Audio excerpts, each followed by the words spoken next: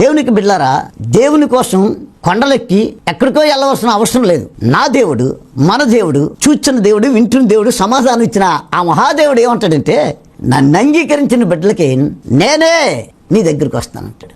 ఎంత గొప్ప దేవుడు. ఒకసారి బైబిల్లో యోహాను సువార్తలో బేతెస్త కోనేరు దగ్గర 35 సంవత్సరాల నుండి తన వ్యాధితో బాధపడుతున్నాడు.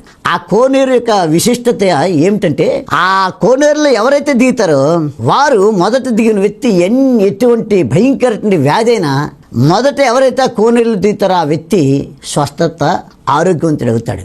ఆ కోనేరు దగ్గర సాక్షాత్ సృష్టికర్త మహాదేవుడు ఆ కోనేరు దగ్గరికి వెళ్ళి, అయ్యా ఏమి ఇక్కడ పడి ఉన్నావంటే, ఏం చెప్తానండి, నన్ను ఎవరు కూడా పట్టించుకోవట్లేదు. అద్భుతాలు చేసే మహాదేవుడు ఆయన చేయి పట్టుకొని దగ్గర లేచి నీ పరుపెత్తుకొని వెళ్ళిపోమన్నాడు. ఎంత గొప్ప మాట, ఎంత గొప్ప. అంటే మేము చెప్పే మాట ఏంటంటే, ఈ యొక్క యెహోవా దేవుడు గలవారు, దేవుడిగా గలవారు ధన్యులన్నట్టు మాటకి ఈ వ్యక్తి ఎప్పుడైతే ఆ స్వస్థత పొందాడో దేవుని బిడ్డగా మారిపోయాడు.